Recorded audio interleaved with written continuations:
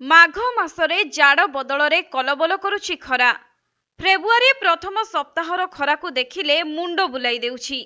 ଏବେଠାରୁ ହଠାତ୍ ଏତେ ଗରମ ଅନୁଭୂତ ହେଲାଣି ଯେ ଉପକୂଳ ଓଡ଼ିଶାରେ ରାତି ତାପମାତ୍ରା ସ୍ୱାଭାବିକ ଠାରୁ 2ରୁ 5 ଡିଗ୍ରୀ ବଢ଼ିଛି ଏବଂ ଆଭ୍ୟନ୍ତରୀଣ ଓଡ଼ିଶାରେ 3ରୁ 7 ଡିଗ୍ରୀ ଅଧିକ ରେକର୍ଡ ହୋଇଛି।